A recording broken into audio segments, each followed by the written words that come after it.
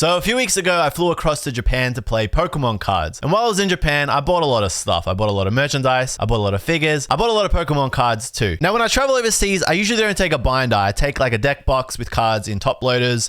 And I usually do it that way. But this time I decided to take a binder, even though it was going to be a little bit more cumbersome. Ended up being a really good idea because every time I would buy a Pokemon card, I'd put it in the binder straight away, and then I'd carry the binder with me everywhere I went. And then by the end of the trip, I wasn't leaving the binder in the hotel room because the binder got really expensive and I didn't want to get robbed. If you're wondering what kind of binder this is a Vault X binder. It's got a zip around the side. It's side loading, so your cards go into this away. It's actually really, really nice quality, and the colors are fantastic. If you like this kind of binder, you can actually get 10% off using the code okJLUV10 at either vaultx.com or amazon.com if you're based in the US. So I stand by them. I use them all the time now. Kick things off. We have a lone Blaziken. I don't know why. Of all the cards here that I got to show you, we have a Blaziken just sitting on its own.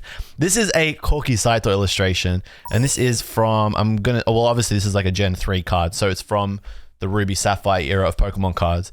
Yeah, I know this is kind of weird, random card, but if you guys know me, you'll know that I love collecting Corki Saito cards. And being in Japan, being able to buy as many as I could, or them being a little bit more abundant, easy to find, it was a perfect opportunity for me. I don't know why this one is double sleeved, but that's how you know that it has been well and truly looked after. Yeah, just really sick. I absolutely love the holographic on these kind of cards. Corki Saito, I'm getting very, very close to finishing. I guess I'm getting closer than I've ever been, but I'm still quite a ways off to finishing off the master set of all of his cards in Japanese. Funnily enough, this card actually got reprinted. I'm pretty sure there's another version of it. Yep, this is the other version, and this one is from Champions Road. So it's the same illustration, just with a different style, obviously with that Sun and Moon holographic style. I gotta say, I like the original much, much better, all the way from 2003. I feel like I paid like 1,000, maybe like 1,500 yen for this. Like I said, there was no better place than Japan to find cards like this. Here's the side loading of the Vault X binder in action. Loves the shameless plug. All right, moving on to this page here.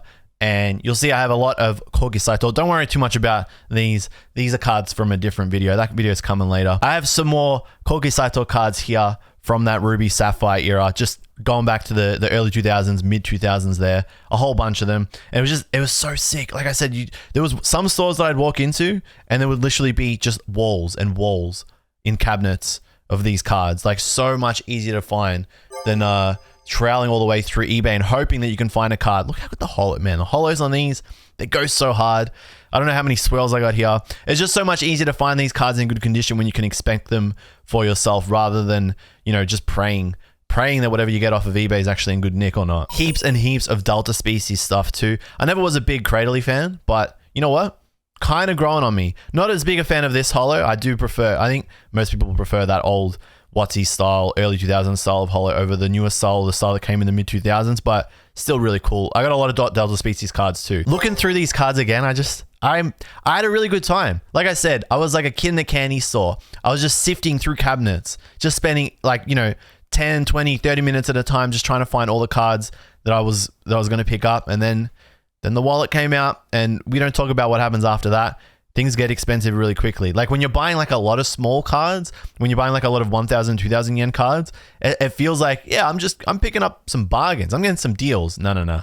That adds up over time. And I got some big belters too. I'll show you guys. By far and away, the hardest cards to get from Corki Saito's early works are all of these E-Reader cards. And I was able to get a lot of E-Reader cards, a lot of early Neo stuff in really, really good condition. Stuff like this Moltres that I'd been eyeing for ages. I have had my eyes on this card for a very long time. And yeah, I probably could have picked it up, for maybe like $100, $200 on eBay, but just not knowing what condition it was going to be in, because these can have like very, very subtle scratches on the holographic.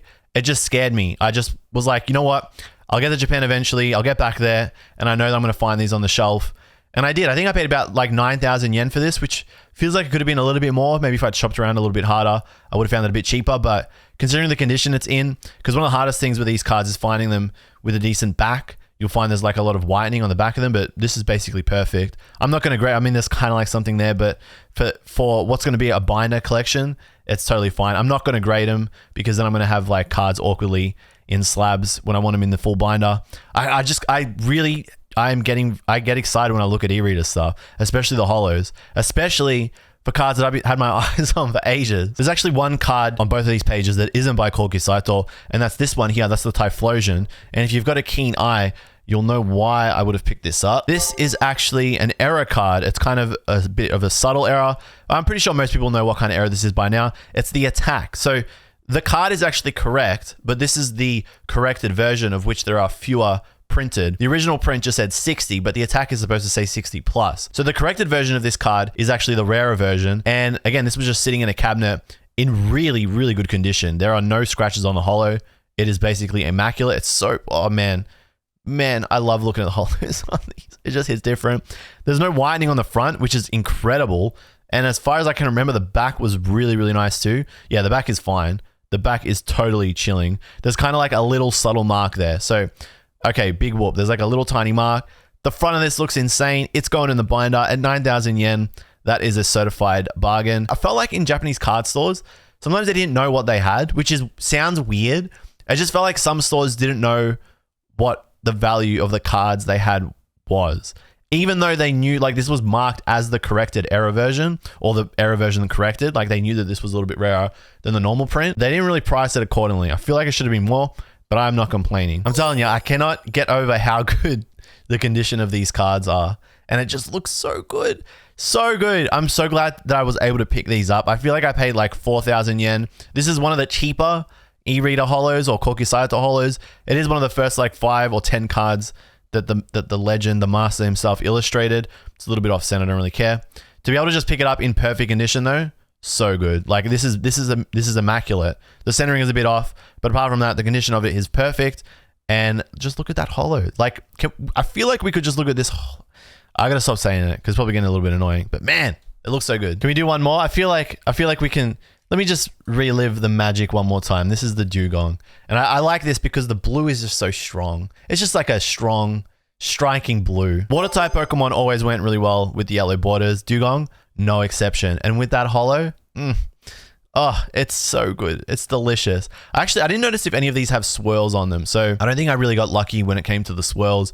But beggars can't be choosers. You kind of just have to accept whatever it is that you're buying when it comes to cards these old, especially when the condition is really solid. And the back of that is fine too. Again, it's just like a little bit off center, but it is going face up in the binder. Man, does that look good. I did buy stuff other than Pokemon cards, although I did buy like other Pokemon card style stuff, and I will come back to the binder and show you guys more of what I picked up. But one other really cool thing I picked up was this. This is the World Championship commemorative anniversary deck that you could get at the Pokemon Center at Worlds in Yokohama. If you guys didn't notice, I was a competitor. I did pretty well. I came 63rd. So I was in day 2, which was crazy. I finished top 64 for the entire event. So that was cool. Your support during that was actually incredible. So thank you to everybody who wished me on and cheered me well. I had a really good time at Worlds. I had a lot of fun competing, and I was super stoked that I could pick this up. You guys might notice that I was whining that this was really expensive before it released, or as it released. It was like 30,000 yen or something, 35,000 yen, which was frustrating because it's like a 3,000 yen box. The reason for that, by the way, is because of this Pikachu, which is a promo Pikachu that looks sick. I have not seen it in hand, so we're going to open this up and just see what it looks like. You get a whole bunch of other stuff. There is like literally a deck that you can play with, but okay, there we go. Look, the boxes are right off. I don't care. I just want to get the promo. Yeah, you can play with it, but I don't think you really would. It's kind of like a weird, like lightning electric. It's a lightning type deck with like Palmo and Pikachu and stuff. The metal is really nice. That's awesome. I have not looked at this at all. I was surprised that the box, that it was like so compact when I picked it up actually.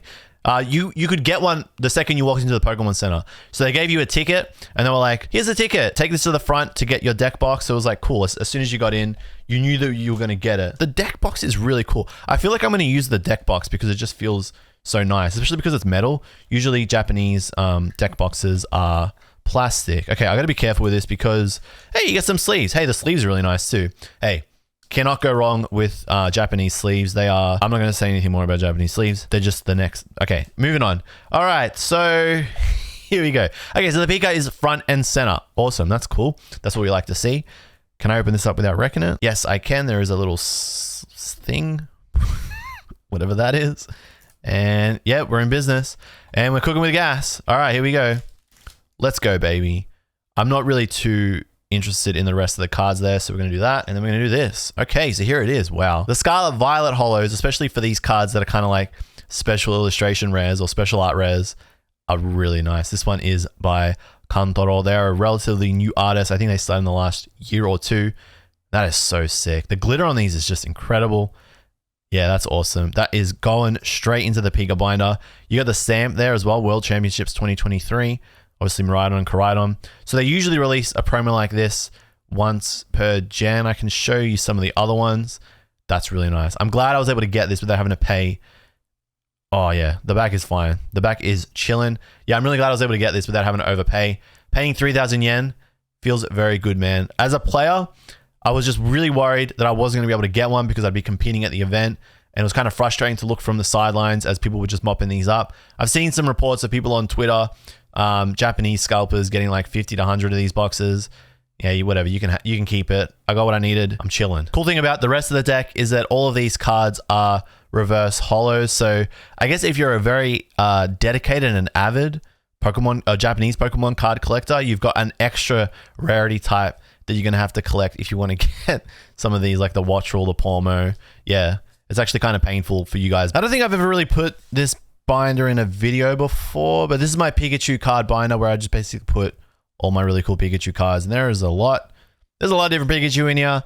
So obviously that promo Pika is going somewhere in here. If I can find, see, there's the other one that they did. That was for the Sun and Moon era. If I can find I don't know why there's Rayquazas. There's Piplups as well. If I can find, hey, that's a lot of Celebes. If I can find, here we go. Okay, you can just go here for now.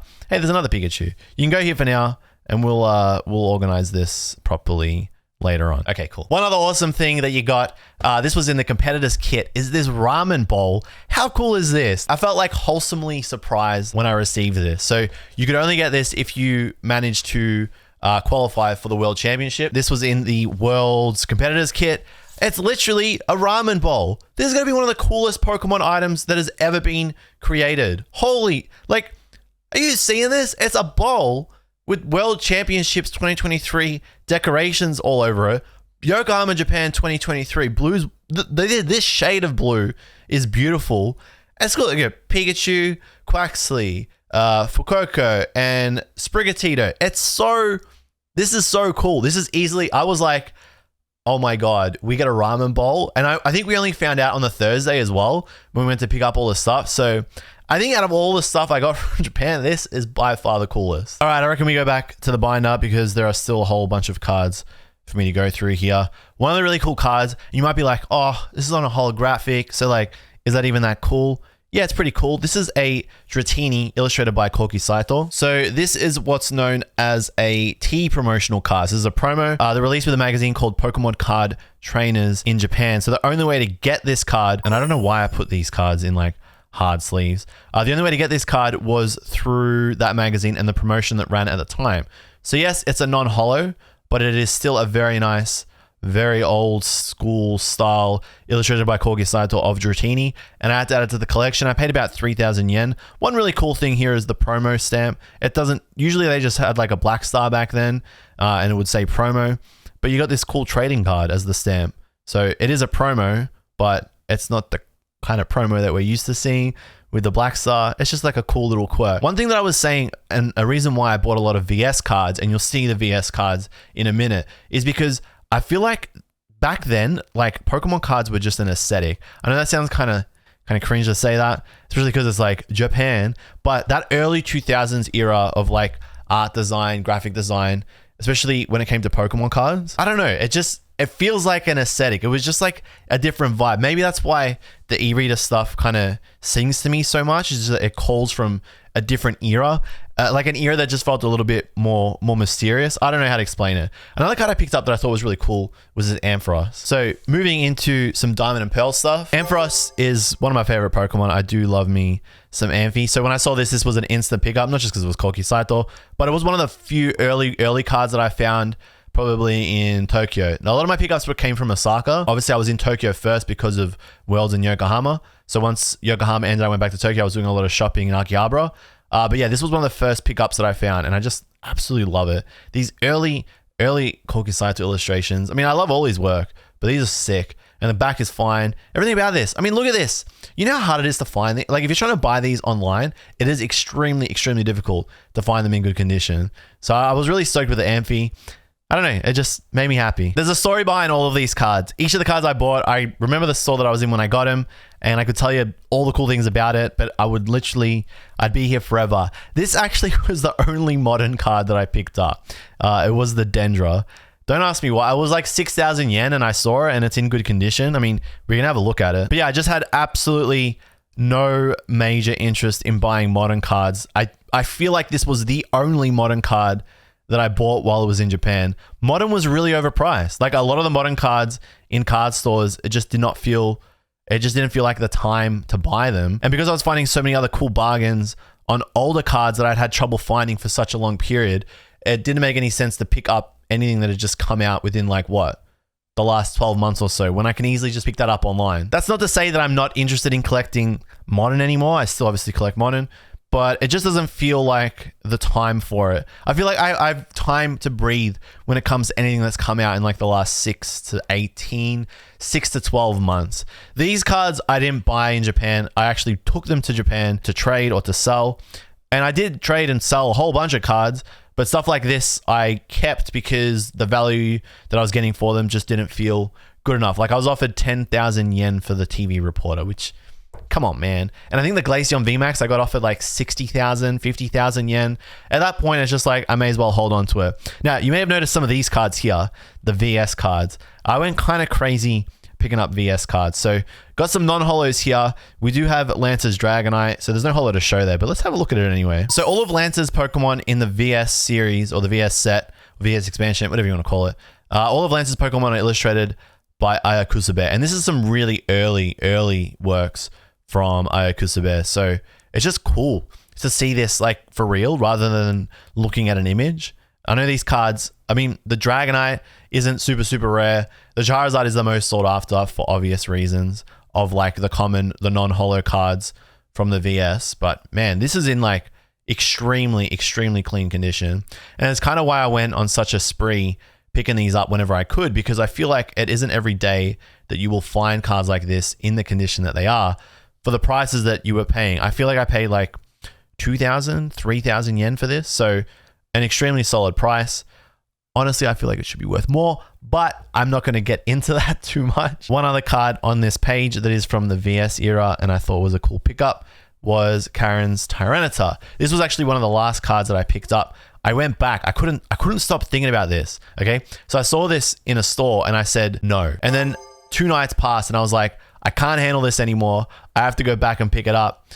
So I did. And I think I paid 15,000 yen for this, considering how, I mean, VS cards used to be really cheap. I don't want to think about how cheap they used to be. A lot of things used to be cheap, and that's just how it is. Kind of hard to see the holographic on this. So it is a holo, but it's difficult to see it because the background on the card is so dark. The VS logo is an aesthetic. The fact that the VS logo has like its own little holo as well, like you can just see around the gold of the border on it.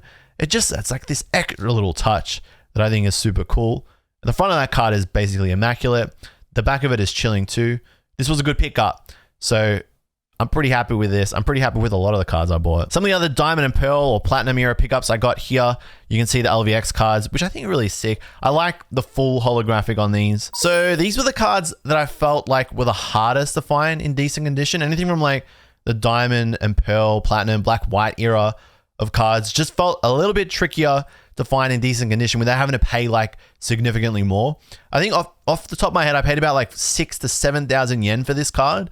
And there were 4 others that were in better condition that cost like 2,000 yen more or 4,000. Like the best condition was like 11,000 yen. And even then it wasn't even in that much better condition. I kind of struggled to find what was wrong with this card. You can see like the back of it looks relatively fine. Maybe the bottom right corner has like a tiny little speck.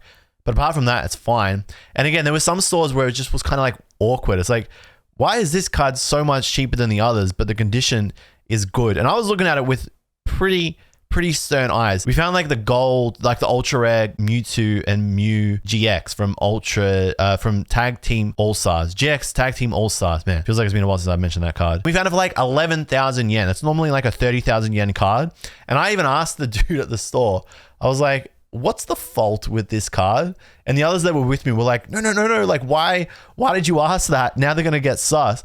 But he was like, I can't see it either. And then he sold it to us for 11,000 yen. So we were just like, I'm chilling. But it wasn't just Pokemon cards I bought. I did get a whole bunch of other merch from the Pokemon Center. I didn't get it as a content creator.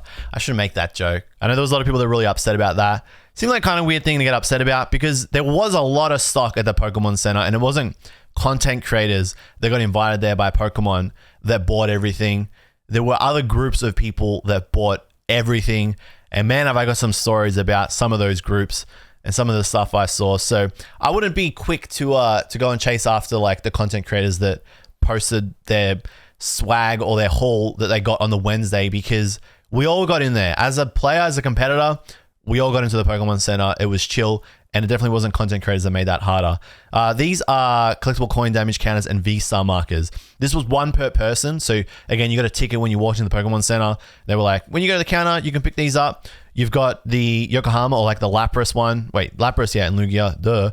This is like the Lapras theme stuff. There's like a mat as well. There was Lapras theme. It says Yokohama 2023 on it.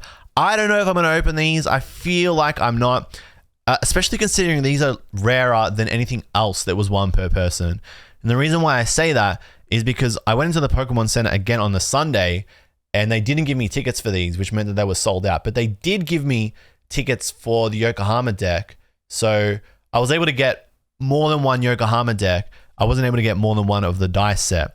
So that means that these are rarer. It meant that people were opting to buy the dice and marker set more than the Yokohama deck, which is strange. Or that there is significantly more Yokohama decks than there were dice. I feel like that's kind of mildly interesting information for you guys. These were also, actually, these sold out really quickly. So I got these the first time I went into the Pokemon Center before the tournament started. I was fortunate enough to get in there. These are cool little statues. I got them for each of the starters. Yeah, I was actually really hyped for these because I got all three of them and the Pikachu, and I'll show you guys the Pikachu in a little bit.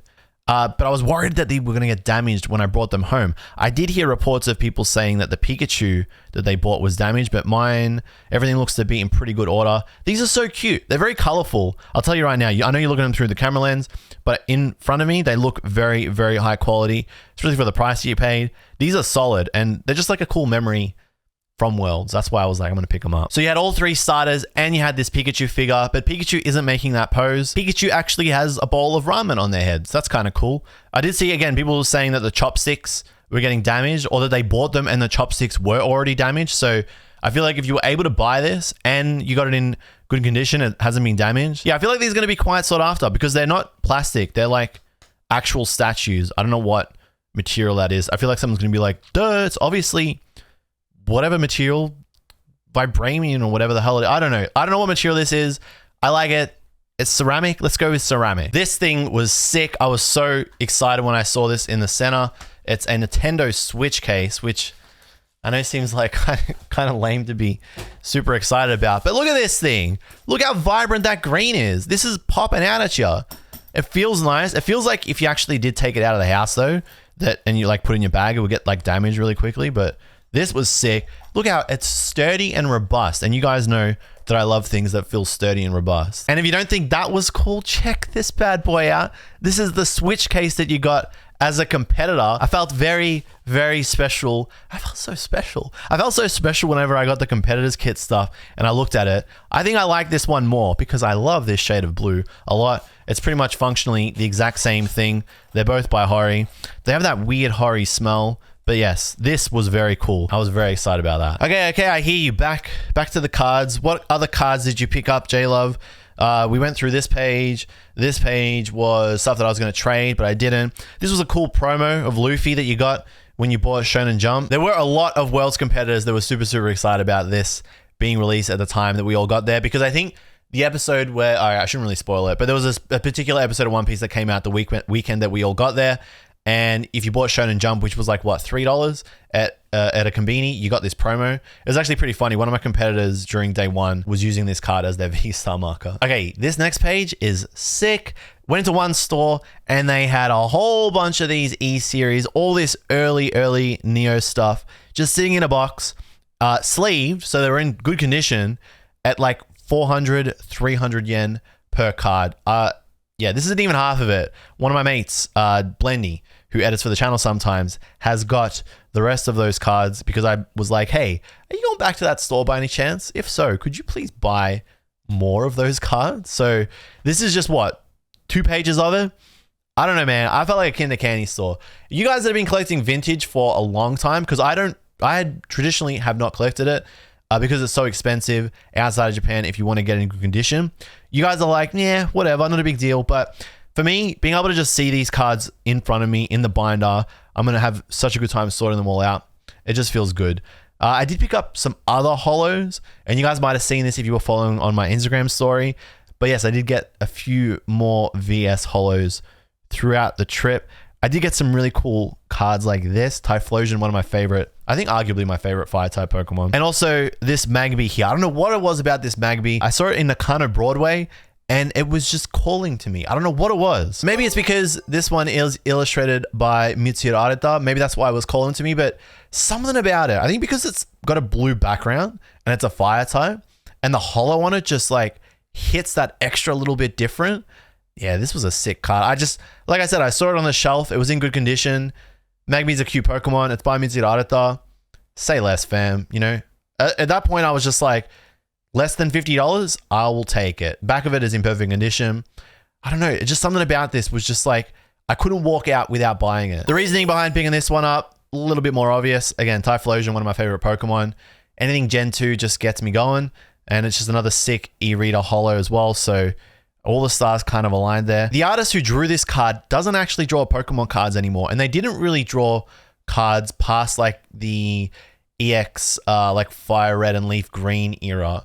I think they've got less than like 30 cards. They did draw some cards from the VS series as well. I think they drew Brock's Pokemon off the top of my head. But yeah, this was a bit of a no-brainer. Typhlosion, E-Reader, artist who doesn't draw anymore. It's an old school card. The holo is sick. The condition is fine.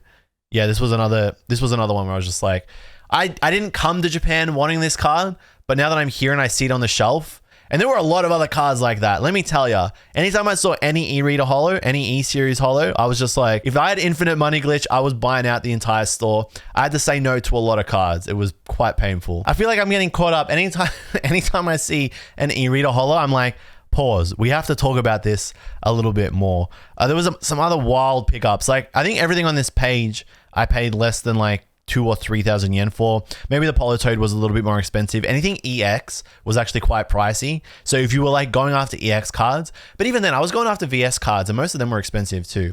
You kind of just have to pick your poison. Like, I feel like I'm going to go back and I'm going to buy more cards. I'm going to make more videos there.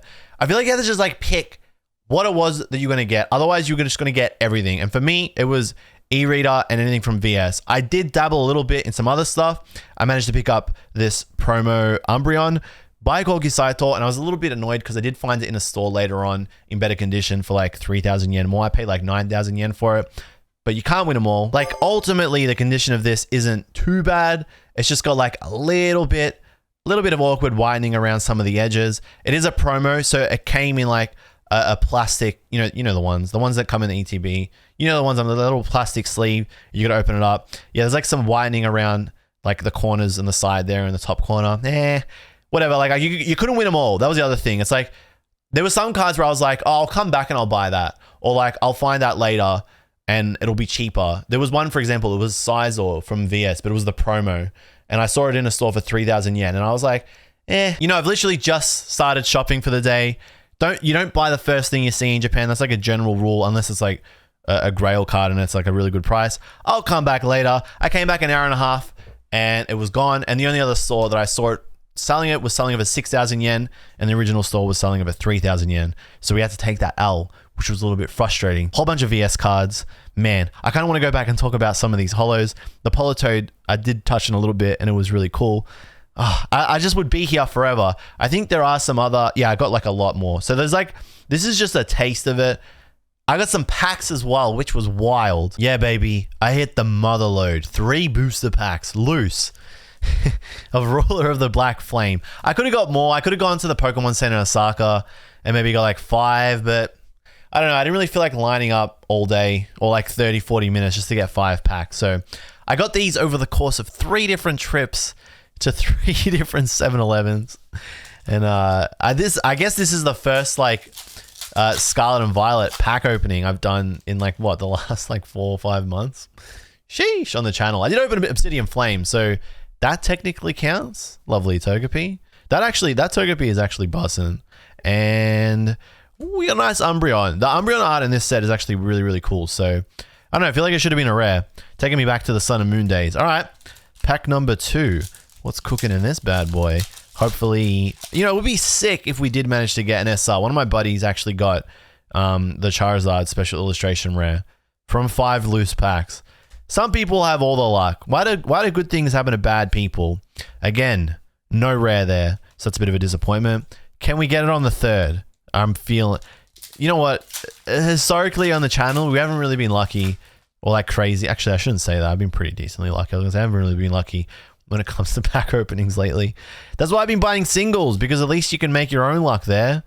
Nice Eevee. Got Shibuzo vibes there, but it is by Ryomi Urotsuka. And... Ooh, Charizard EX. Okay, that's actually pretty good. You will take that. You're not going to say no to the regular rare Charizard EX. Actually, really cool card. I like the deck a lot. I think the deck is really good, and I'm having a lot of fun playing it. Okay, I think where we left off was about here, the VS Holos. Really nice Jasmine Steelix. I just think that is just a look at that. You can even see, I'm not even zoomed in, and you can see the holographic on that is absolutely popping. And a really nice Magnemite. How nice is this Magnemite art? I feel like this is a top 5 of all time Magnemite. E-Series is where Pokemon card illustrations really stepped up, and we started to see, I mean, a wide variety of illustration styles. Like even this Ho-Oh. How is this Ho-Oh 300 yen? Man, I don't know. I don't know what's going on. Okay, we did look at this page as well. There are some more Corgi Saito cards here. The Double Species Typhlosion, the Azumarill, which is really sick. And yes, some more VS cards. And yes, that is a spicy page. But I think I'm talking about the cards on that page now. I think I'm going to talk about them on the live stream. I'm probably live right now here, youtube.com/okJLUV. So if you're watching this, jump into the live stream. We're going to look at the rest of the cards in depth. I'll show you the holos. I'll tell you all about Japan. Come on over and check it out. Thanks for watching. Make sure to subscribe. Come to the live stream. See you there. Bye.